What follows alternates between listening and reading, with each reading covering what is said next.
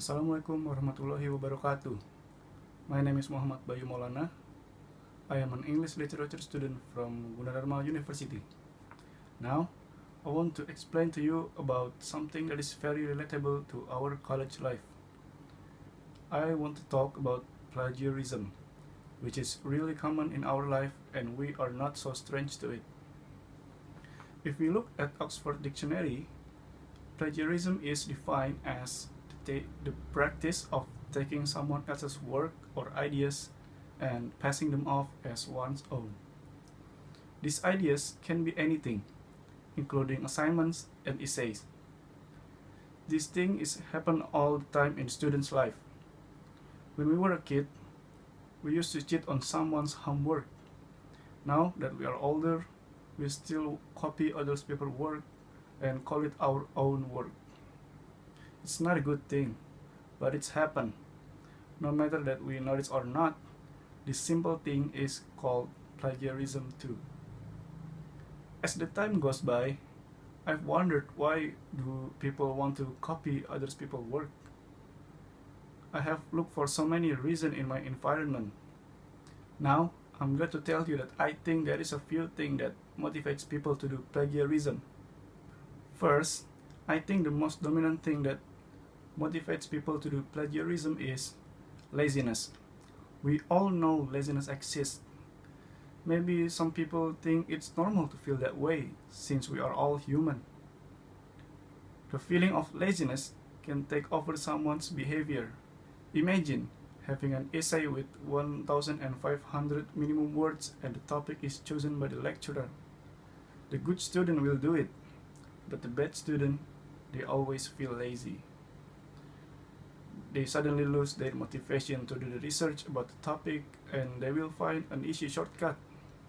And the easy shortcut is plagiarizing the available essays. They find it on Google, found it, and then copy and paste it. If the feeling of laziness is so strong, the student will not try to read those information and summarize it with their own words. The second is, maybe they don't know what they do is plagiarism. How could they not know? Maybe some people don't know that paraphrasing is actually one of the acts of plagiarism. They think if they change the order of the words, it makes the whole sentences completely theirs because it's new. It's important to find education about this because we should know more about plagiarism. We don't want to be called a copycat. Third, there are students who don't believe in themselves. When the lecturer asks them to do an assignment, they don't think they can do it. They don't even start to do it because they think their work will be wrong. Then, they look for something that can make them correct. Finding information and easily copy it is the easiest way for this kind of student.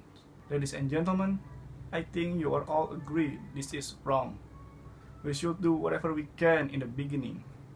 Never afraid to fail, because we are still learning. If there is a will, there is a way. Some students still believe that scoring is more important than the learning process. They know they can do it, but they don't think they are good enough. They are afraid if they submit their work to the lecturer, they will get a bad score. This is a mindset that has been implanted to everyone's brain. Some of these kind of students have trauma in the past. Maybe they punished by the teacher because they had bad score when they were still in school. More than that, maybe their friends laugh at their work at that time. There are no motivation for them because they are afraid to fail. To solve this problem, the students will find the best example to be copied to their own assignment. After that, they finish their goal and then they get A. A sounds good, but it feels better when they do it by their own ability. Now, let's try to change ourselves. I always tell myself that I should start removing the motivations of doing plagiarism. I think we all have to do that.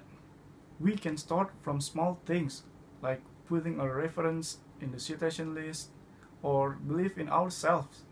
When we are successful in changing ourselves, we can inspire anyone around us to do the same thing. This issue is important because we see it every day, every time, every year, or maybe in the time of our children's life. Before I end my speech, I want to say thank you. I'm sorry if I did a lot of mistakes in my words or in my gestures. Maybe you're all sleepy for hearing my speaking for a long minute, but I only did this speech to inspire everyone. I want to make people respect the work of others.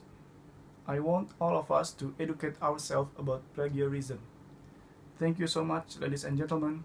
Assalamualaikum warahmatullahi wabarakatuh.